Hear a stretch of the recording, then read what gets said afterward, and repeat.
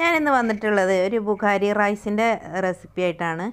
ഈ ബുഖാരി റൈസ് എന്ന് പറയുന്നത് അത് വിദേശ നാടുകളിലൊക്കെ കിട്ടുന്ന ഒരു ചോറാണ്.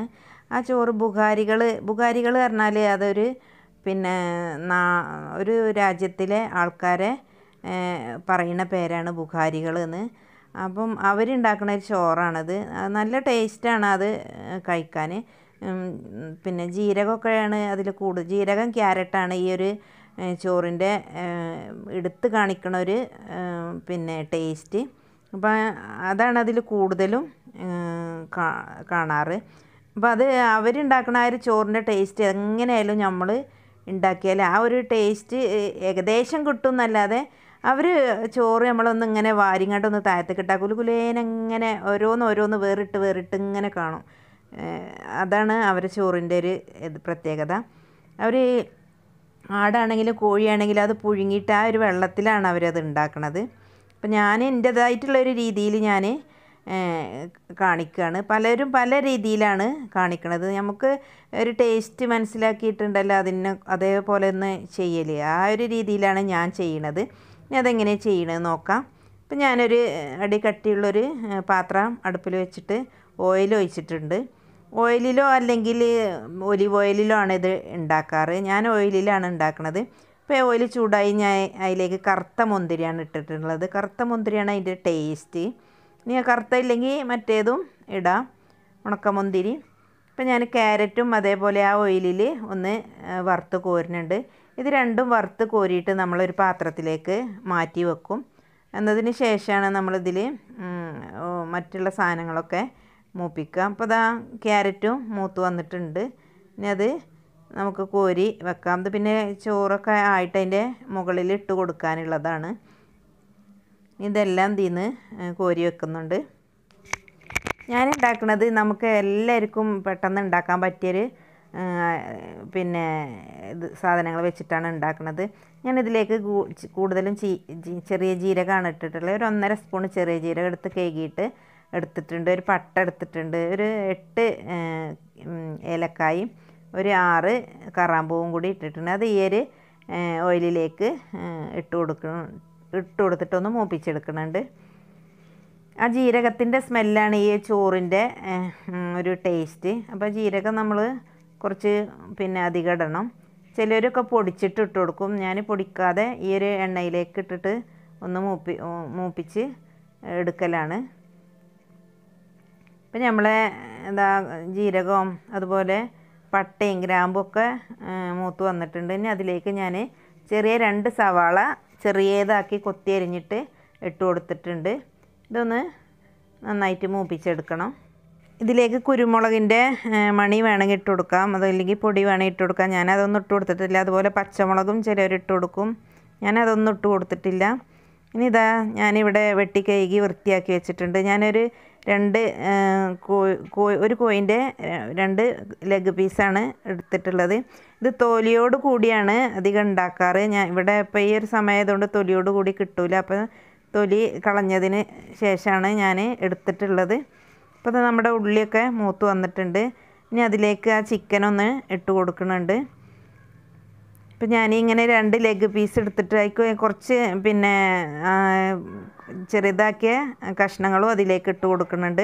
ഈ ലെഗ് പീസ് നമുക്കിതൊന്ന് വെന്തിട്ട് ഇതിൽ നിന്ന് എടുത്തിട്ട് നമ്മൾ ഫ്രൈ ചെയ്യും. അപ്പോൾ അത് പിന്നെ ഒന്ന് വെന്ത് അതിൻ്റെ ആ നെയ്യൊക്കെ അതിലേക്ക് ഇറങ്ങിയിട്ട് അതാണ് ഈ ഒരു ചോറിൻ്റെ ടേസ്റ്റ്. ഇപ്പം ഞാനിതിലേക്ക് ഈ ചിക്കന് ഒന്ന് വേകാൻ വേണ്ടിയിട്ടുള്ള വെള്ളം ഒഴിച്ച് കൊടുക്കുന്നുണ്ട്.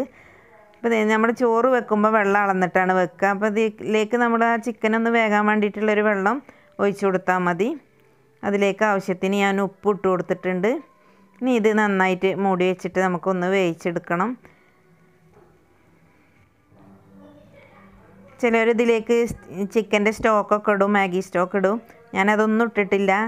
ഈ തൊലിയുള്ള ചിക്കനാകുമ്പോൾ ഇതിൻ്റെ നെയ്യൊക്കെ നന്നായിട്ടുണ്ടാവും. ഇതിന് ചിക്കൻ്റെ ആയാലും ആടിൻ്റെ ആയാലും ആ നെയ്യിലാണ് ഇത് വേകേണ്ടത്, ആ ഒരു നെയ്യിലെ വെള്ളത്തിൽ. ഇപ്പം ഞാൻ അടച്ച് വെച്ചതാ ചിക്കനൊക്കെ നന്നായിട്ട് തിളച്ച് വന്നിട്ടുണ്ട്. ഇനി ഒന്ന് തിരിച്ചിട്ട് കൊടുക്കാം. കാരണം കുറച്ച് വെള്ളം കുറവായിരുന്നു. അപ്പോൾ ഞാൻ ഒന്നും കൂടി തിരിച്ചിട്ടിട്ട് ഒന്നും കൂടി ഒന്ന് വേവിച്ചെടുക്കുന്നുണ്ട്. ഇതിങ്ങനെ ഒരു 10 മിനിറ്റ് വേവിച്ചെടുത്താൽ മതി. കുറേ ഒന്ന് വെന്തിട്ട് അതിൻ്റെ ആ ചിക്കന് എല്ലിന് വേറിടും. നല്ല വേവിച്ചാൽ ഒരു ഹാഫ് വേഗ് നമ്മൾ വേവിച്ചെടുത്താൽ മതി.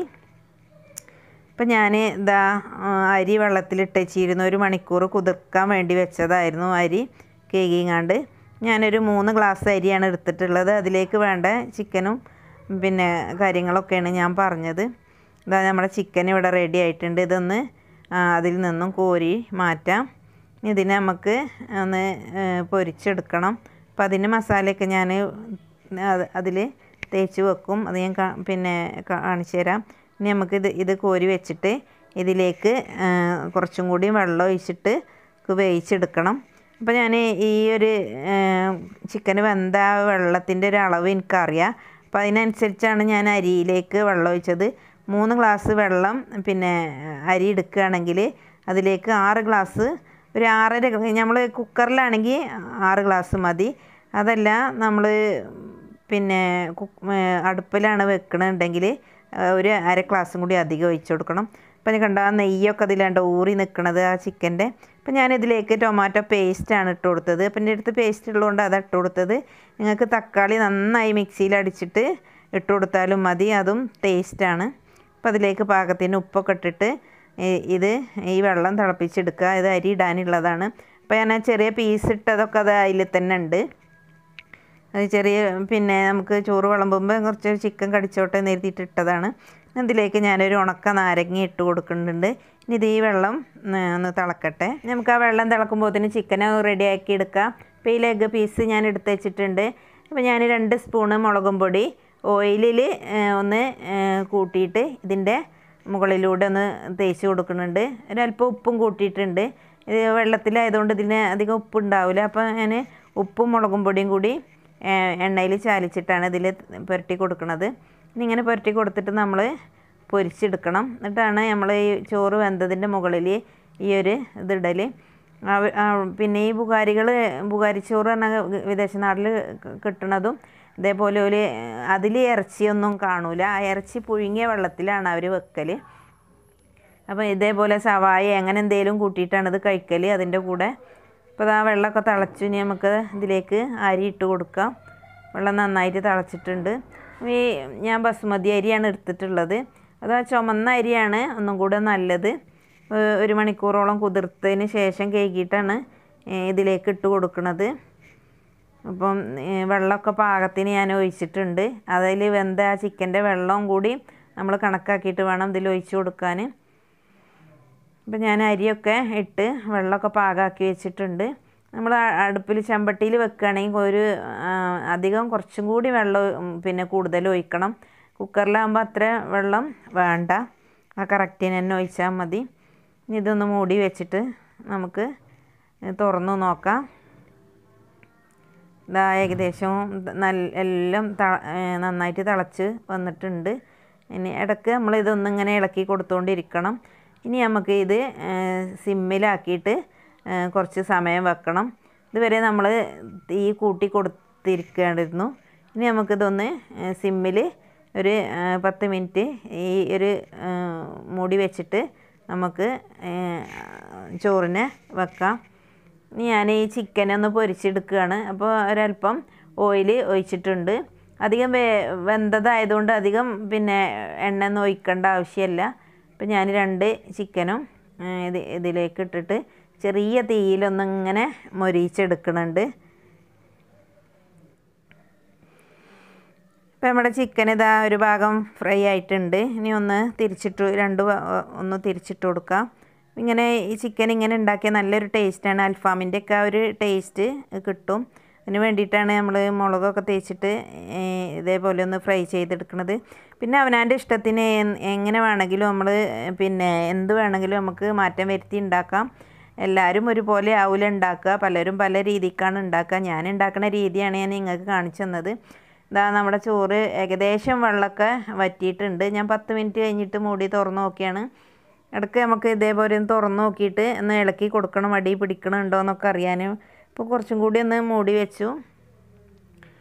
ഇതപ്പോൾ ഏകദേശം പിന്നെ മുക്കാലും വേഗ് ആയിട്ടുണ്ട്. കുറഞ്ഞൊരു വെള്ളത്തിൻ്റെ ഒരു ഇതുണ്ട്. അതൊന്നും കൂടി നമ്മൾ മൂടി വെച്ചിട്ട് റെഡിയാക്കണം. അപ്പോൾ ഇതിൻ്റെ മുകളിലേക്ക് നമ്മൾ ക്യാരറ്റൊക്കെ വറുത്ത് കോരിയത് ഇട്ട് കൊടുക്കണം. ക്യാരറ്റും അതുപോലെ കറുത്ത മുന്തിരിയും കൂടി നമ്മൾ വറുത്ത് വെച്ചിരുന്നു. അത് ഇതിൻ്റെ മുകളിലേക്ക് ഇട്ട് കൊടുത്തിട്ട് മൂടി വെക്കുകയാണ് ചെയ്യുക. ചിക്കൻ ഫ്രൈ ഇവിടെ റെഡി ആയിട്ടുണ്ട്. ഇനി ഞാനിതാ ചോറിൻ്റെ മുകളിലേക്ക് ഒന്ന് വെക്കണുണ്ട്. ചോറ് ഞാൻ തീ ഓഫാക്കിയിട്ടുണ്ട്. ആ ഒരു ചൂടിൽ കിടന്നിട്ടാണ് ഇനി ഈ ചിക്കനൊക്കെ പിന്നെ ചിക്കന് വെന്തതാണല്ലോ, അപ്പോൾ അതിൻ്റെ ഒരു ആവി അങ്ങോട്ട് അതിൻ്റെ ഇതിങ്ങനെ ഒന്നുകൊണ്ട് ഇറങ്ങിയാൽ മതി. അപ്പോൾ നമ്മൾ ഈ ചൂടിൽ തന്നെ ഒന്ന് അടച്ച് വെക്കുമ്പോൾ അത് ആ ചൂടിൽ കിടന്നിട്ട് ഈ ചിക്കനും ഇതൊക്കെ ഒന്ന് നന്നായിട്ടൊന്ന് സോഫ്റ്റ് ആവും. അപ്പോൾ ചിക്കനൊക്കെ ഇവിടെ റെഡി ആയിട്ടുണ്ട്, ചോറ് റെഡി ആയിട്ടുണ്ട്. അപ്പോൾ തീ ഇട്ടിരുന്നു പിന്നെ ചിക്കൻ ഇട്ടപ്പോൾ.